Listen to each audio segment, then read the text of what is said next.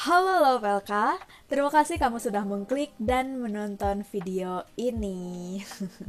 Satu di antara sederet pekerjaan yang tidak mudah di dunia ini adalah pekerjaan menulis. Kok bisa ya?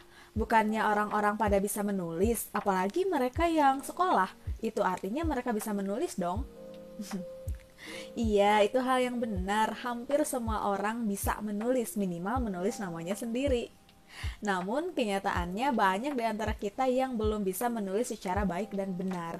Kalau masih banyak orang yang seperti itu, bukankah hal menyebut menulis sebagai pekerjaan yang sulit itu bukan sesuatu yang berlebih begitu ya? Nah, contoh sederhananya, banyak di antara kita yang masih belum bisa menulis kalimat yang efektif, masih banyak menuliskan sesuatu yang semestinya tidak dimasukkan. Nah, kalimat efektif sendiri merupakan kalimat yang disusun secara padu, jelas, singkat, tegas, menaati struktur bahasa Indonesia yang baik dan benar. Satu di antara hal yang harus dipenuhi oleh kalimat efektif ini adalah kehematan. Untuk menjaga kehematan sebuah kalimat, kata, kelompok kata, atau bentuk kata yang tidak diperlukan sebaiknya dihilangkan. Nah, pertanyaannya, bagaimana cara mudah untuk menghemat kalimat itu? Nih, aku kasih tipsnya. Simak baik-baik ya. Cara pertama yang bisa kamu lakukan untuk menghemat kalimat adalah menghilangkan subjek yang sama dalam kalimat majemuk. Kalimat majemuk sendiri merupakan kalimat yang terdiri dari dua klausa atau lebih yang dipadukan menjadi satu. Contoh, setelah laporan ini diperbaiki, laporan ini akan segera dipresentasikan. Subjek pada induk dan anak kalimat barusan itu sama, yaitu makalah ini. Untuk menjaga kehematan, subjek yang mencakup itu harus dihapus satu harus dihapus salah satunya. Nah, yang dihapusnya itu subjek dari anak kalimat. Nah, perbaikannya bisa menjadi setelah diperbaiki, laporan ini akan segera dipresentasikan. Cara kedua untuk menghemat kalimat adalah dengan menghilangkan bentuk jamak pada kata benda bermakna jamak. Jamak artinya banyak, lebih dari satu. Contoh, banyak kata-kata bahasa Indonesia yang berasal dari bahasa asing. Kata banyak sudah bermakna jamak, lebih dari satu. Untuk itu, kata benda yang mengikutinya tidak perlu diulang atau dijamakan lagi. Pengulangan kata benda dapat dilakukan apabila kata bermakna jamak yang mendahulunya tidak dipakai. Contoh perbaikannya adalah banyak kata bahasa Indonesia yang berasal dari bahasa asing. Nah, kemudian cara ketiga untuk menjaga kehematan kalimat adalah dengan menghilangkan kata bersinonim dalam kalimat yang sama. Sinonim ini merujuk pada kata-kata yang mempunyai makna yang sama. Apabila dalam satu kalimat terdapat dua kata atau lebih yang bersinonim, sebaiknya salah satu di antara kedua itu harus dihilangkan.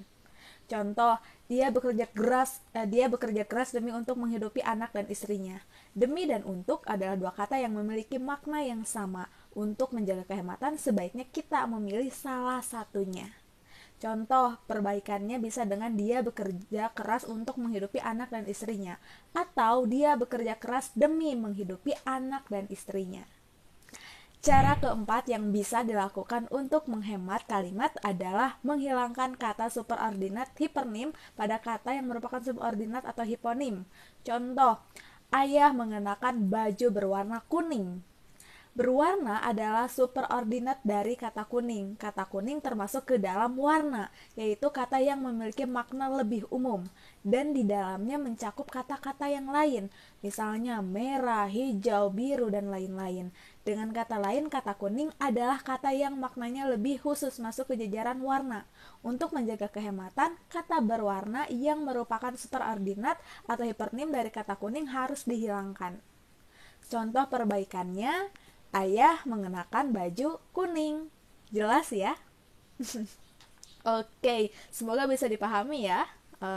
Nah, Love LK itu dia merupakan serangkaian tips-tips untuk menjaga kehematan dari sebuah kalimat. Ingat ya, kalimat yang baik dan benar salah satunya ditandai dengan kehematan. Apabila kita menulis kalimat secara hemat, maka kita sudah memenuhi kriteria sebagai penulis yang baik juga, sebagai penulis yang peka terhadap tulisan begitu. Apabila kamu mempunyai pertanyaan, sampaikan saja di dalam kolom komentar ya. Jangan lupa juga untuk menyukai video ini, membagikan seluas-luasnya, dan subscribe YouTube channel penerbit Ladi Terkarya. Bantu LK untuk tumbuh dan berkembang agar lebih semangat lagi untuk menyajikan konten-konten yang menarik untuk Love LK semuanya. Oke, sepakat ya. Yuk langsung saja subscribe. Terima kasih sudah menonton video ini. Sampai jumpa di video yang lain.